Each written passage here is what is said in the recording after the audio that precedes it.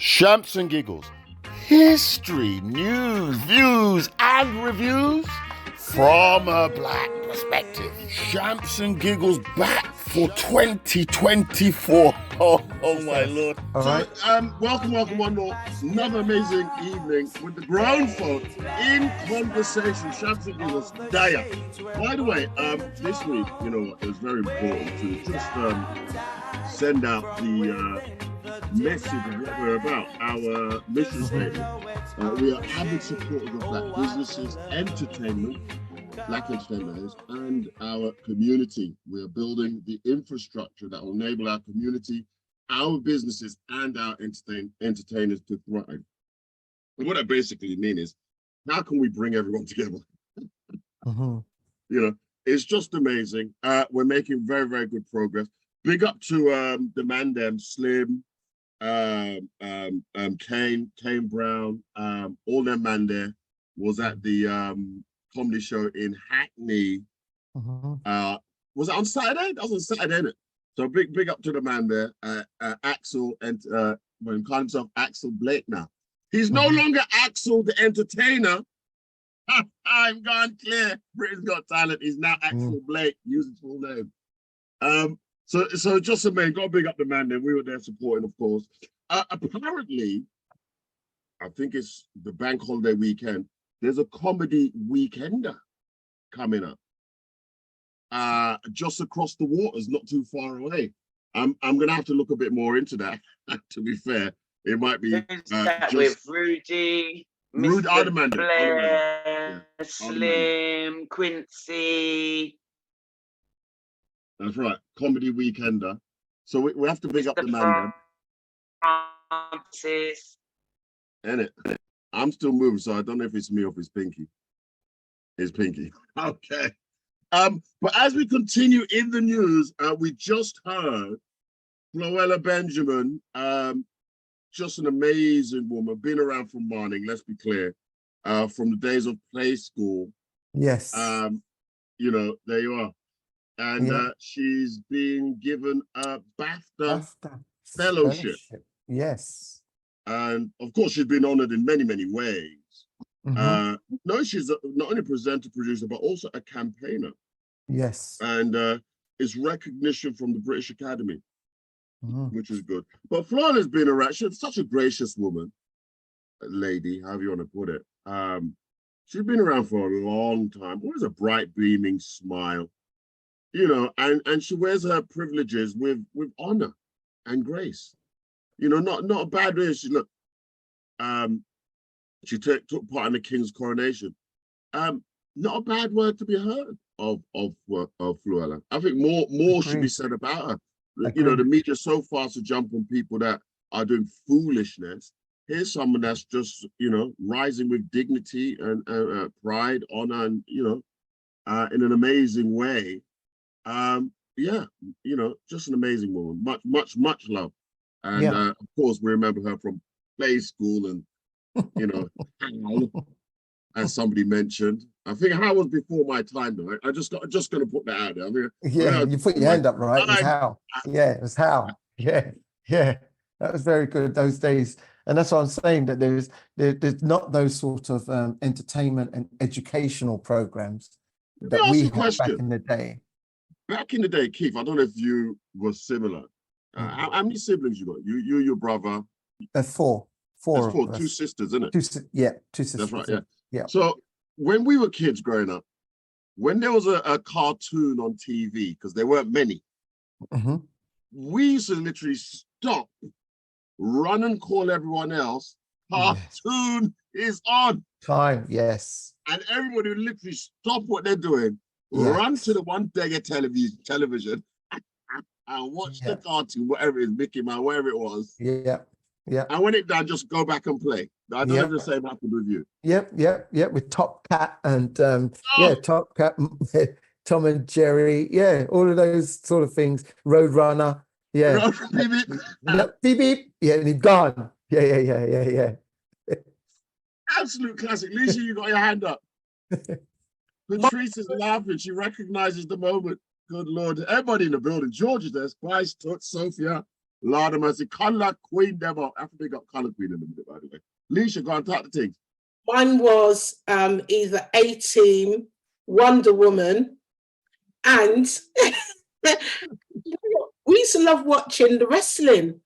Like, Big Daddy. Oh, Daddy. You know? Yeah, and Big Johnny Daddy. Quango, the African man, used to headbutt people. Listen, Oh my Big God, Daddy and Johnny Quango. Johnny Quango, the African man, the first ever black man on the wrestling. He was lethal. He used to headbutt people and knock them out. Johnny Quango. No way. Yes, Everybody man. goes, Well done, Mikey. Leash. Yes, yes. Who remembers Johnny Quango? Here he is. Yes, man. Back in the day. World of Sport, see? Johnny Quango. World of Sport used to be with, who was it, Dickie Davis. And yeah, the wrestling was a big part of it. And yeah, it says there's Johnny Quango. And we also remember there was Big Daddy, Giant Haystacks, you know.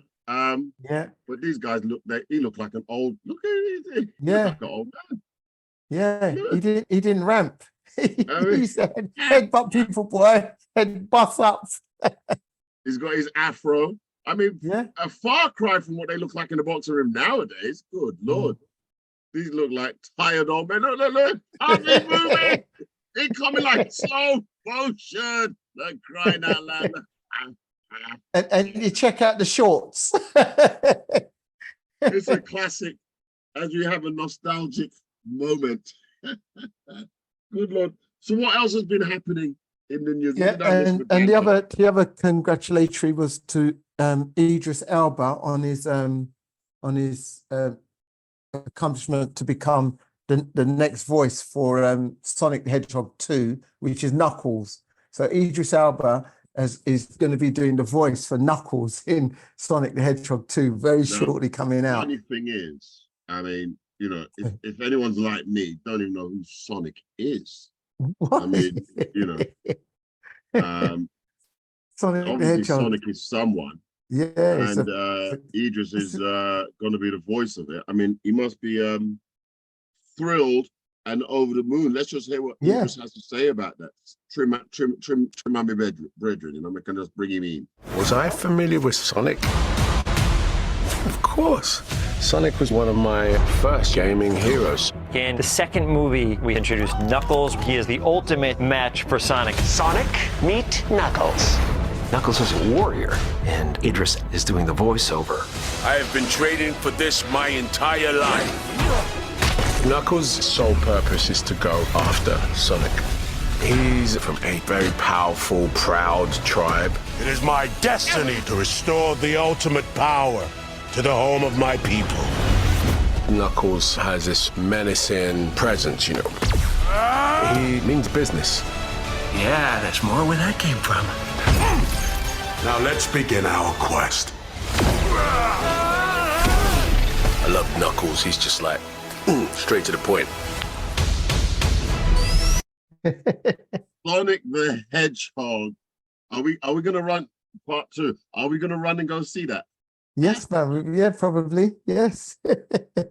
He sounds brilliant. Yeah. Oh, He is. Lord. I think I'll wait for the what do they call it when you get on Sky?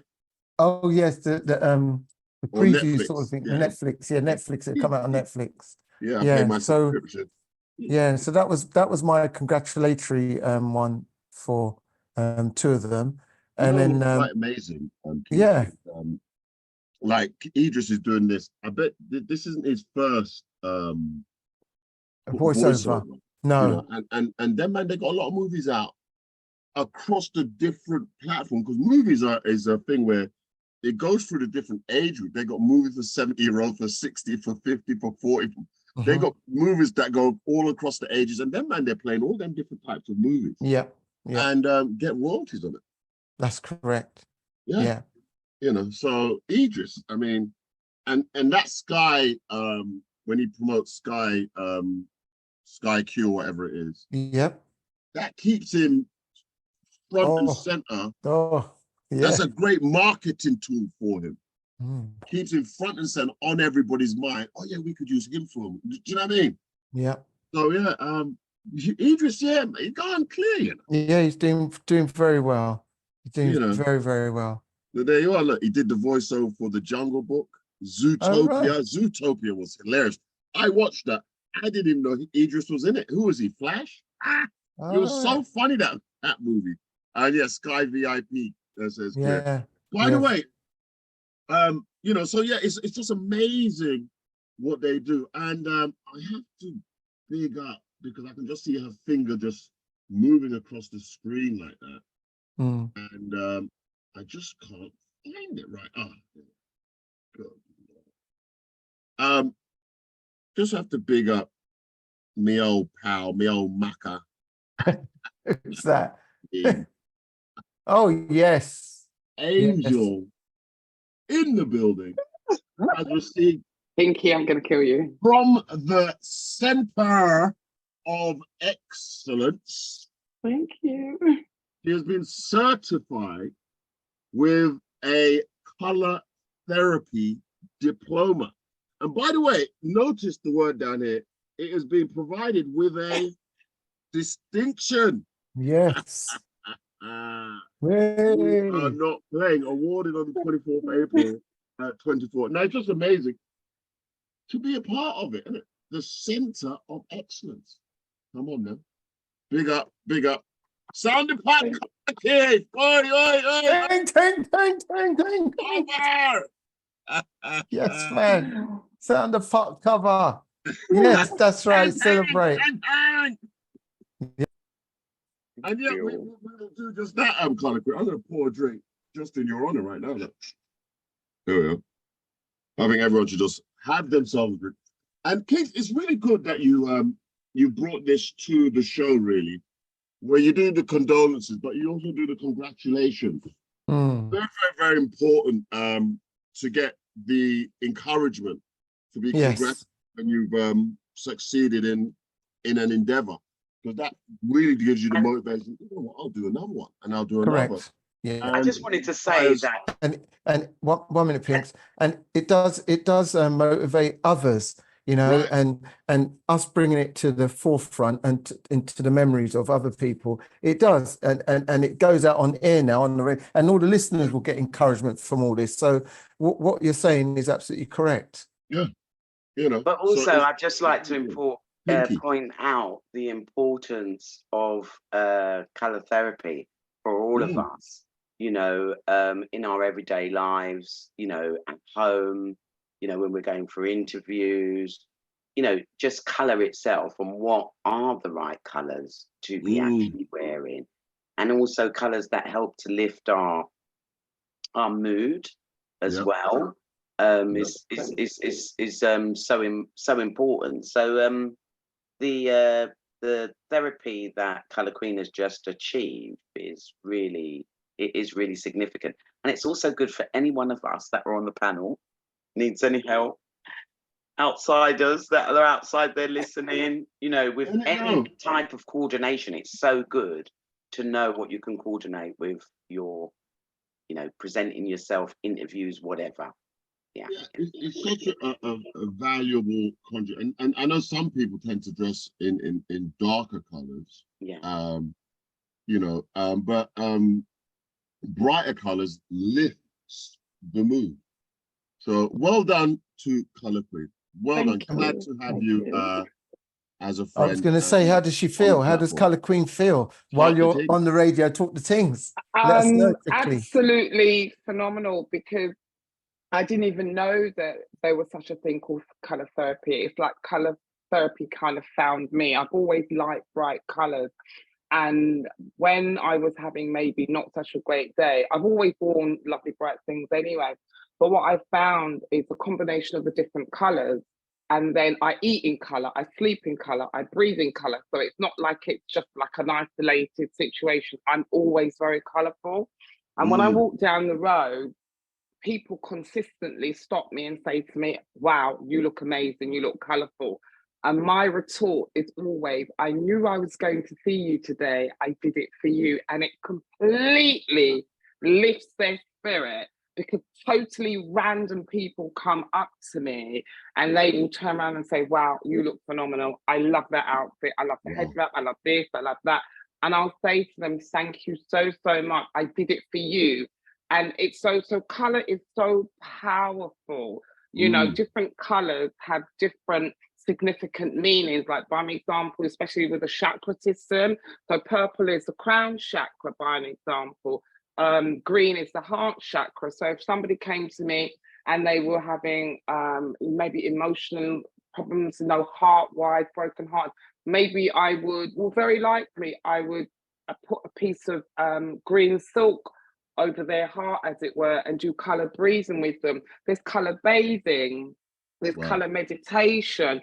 So they can immerse, and there's color lights where they can be completely immersed in the color. So you sort of black out the room. So by an example, if I am really, really fatigued or I'm tired, I have like a mood light. So the blue light is very, very calming and very, very relaxing. The red light, if your eyes are very tired, is easier on your eyes. And the color white, I'll finish with it. The color white has all the colors in it. Color is what is given to you. It's not actually what is seen. So red is given to you. So that's why the monks, they wear orange, because it's a color for enlightenment. The clergies, nuns, vicars, they wear black because it doesn't give anything away. So black enables you, when you're learning, to retain the knowledge. Somebody wearing white gives nothing away. So, you know, I could go on. I'm not gonna lie. I mean, I did get a distinction, so I think I probably do know my onions. Yes, you do. Quite clearly. I think I might need to take a class. Thank you so much for your encouragement. I really, really appreciate you all. You're absolutely welcome. Here, as we all take a drink. Just before you finish, Colour Queen, one of our panelists here, Patrice, asks, what would you say about blue colour? What would you say about blue? When you're wearing for blue, in terms of light blue, is very calming.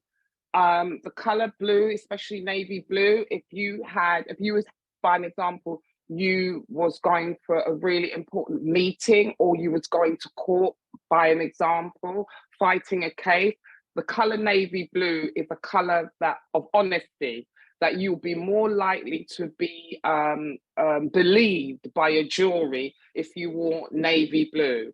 So, you know, blue is the throat chakra, so it's the truth chakra. But blue is a really good color for when you need to be believed, or if you've got like, I don't know, you're going up in front of a panel, or you're fighting a case for your children or something like that. You wear a nice navy blue. It's the color of truth. Yeah, you know, funny thing, the president in America, I can't remember if it's here as well, but in America for sure, red tie or blue tie. Absolutely. And apparently it blue, has blue. meaning. Blue is the one. Yeah, blue is the one of truth. Yeah. Yeah. You're welcome. Trust me. If he's given a big speech and he wants to be trusted, I think it's the blue tie. If they're going to war, I think it's the red tie. You know. Absolutely. All these little things obviously have deep meaning. So it's quite amazing. I'll let you go to the next one. You bring up no, I just the various banter points. Yeah, it's just been great to share those congratulatory ones. Oh, absolutely. You know, and there is another one, but it's a bit bittersweet.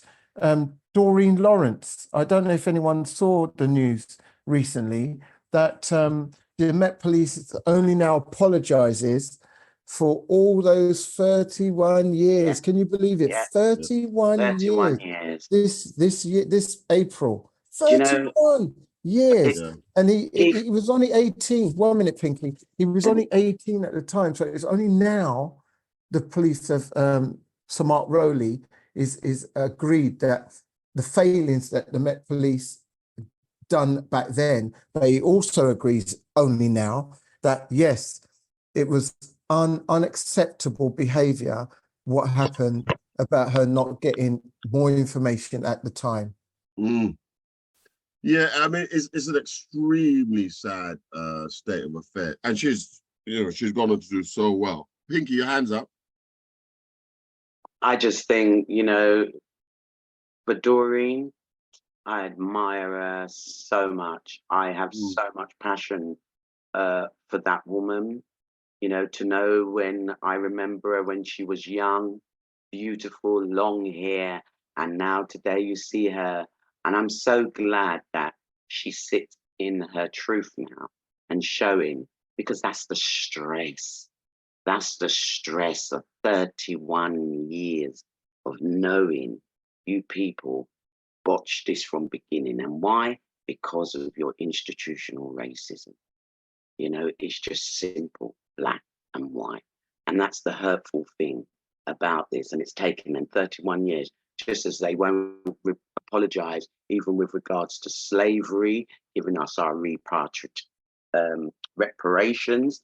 I mean, really, I don't even feel British, not even British nor English. I claim none of it. No. Wow. Well, you know what? Here it is. It's I mean, it's a tough situation because you don't claim British, you go back home, they call you English, isn't it?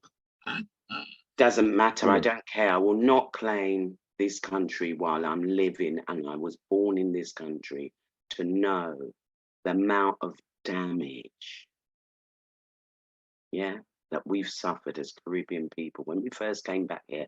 Even if you want to go back to the 60s, what we're living in today. It's a changed environment for sure. It's a shocking environment. Nah. It is. Look at Doreen. But sit in your truth. I love her. Beautiful. Yeah, I think we should hear from her. But I apologize to Doreen Lawrence, Stephen's mom, after breaking a promise.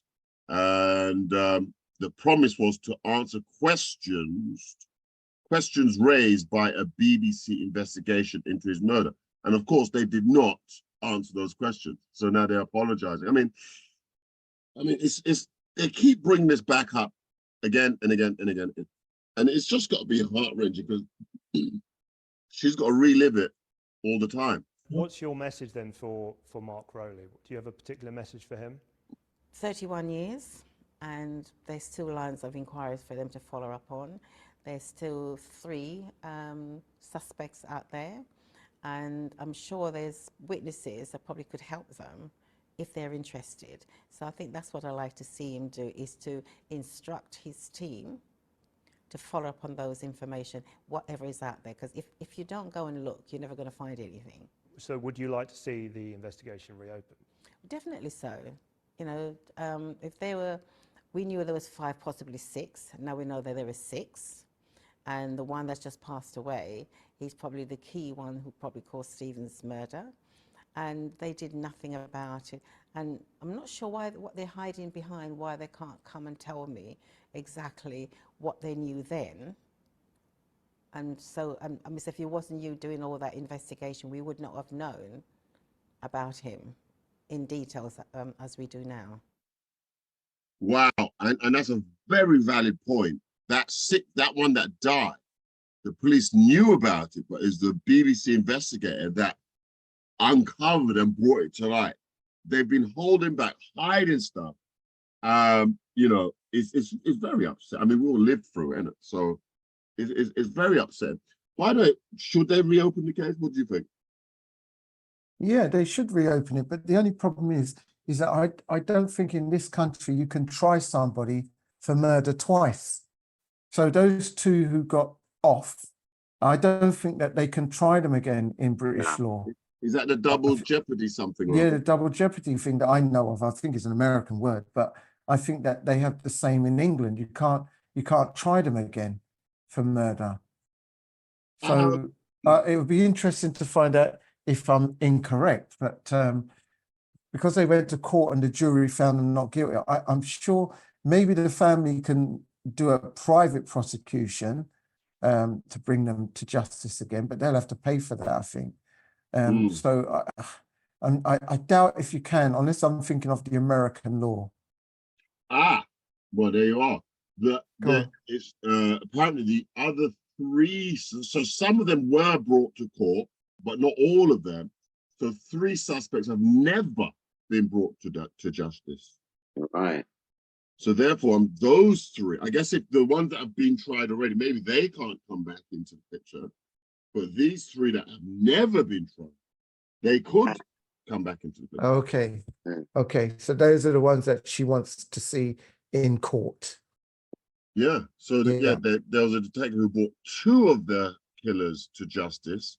So there's a pursuit for the remaining murderers. He's saying a new force should take over the investigation and take it away from the Met. Because I think the Metropolitan Police, which are down here, I think because they've messed it up so badly, they feel culpable. And so they're hiding new findings because it's making them look bad. Bad, yes. If you just gave it to somebody else who's got no involvement, nothing to hide, nothing to gain, a lot more obviously would come out, wouldn't it? I wonder if they would put their hands up and so Mark Rowley would do that. I don't know. I can't see him giving it to Northamptonshire or Derbyshire or Manchester.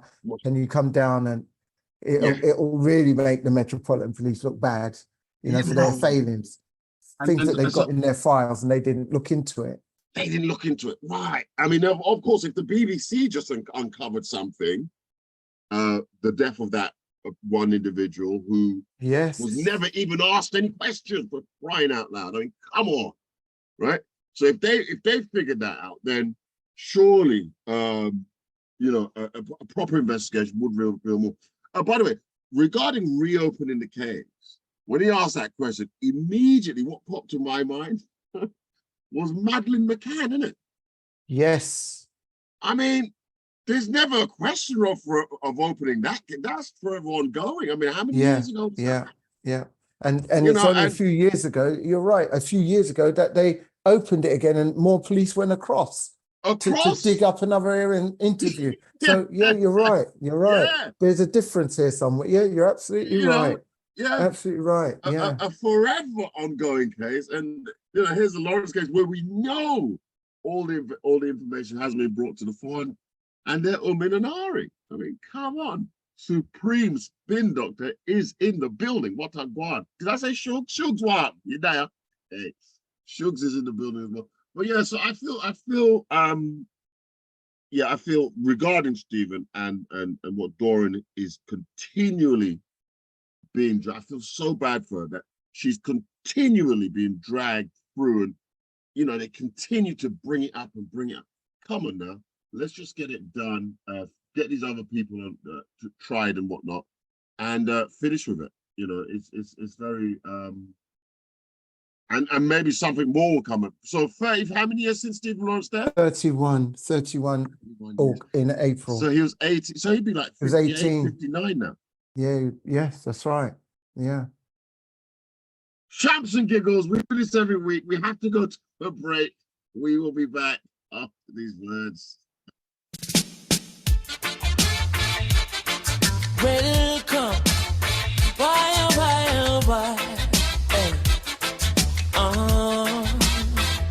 Chronics left and right, just soldiers are come left and right.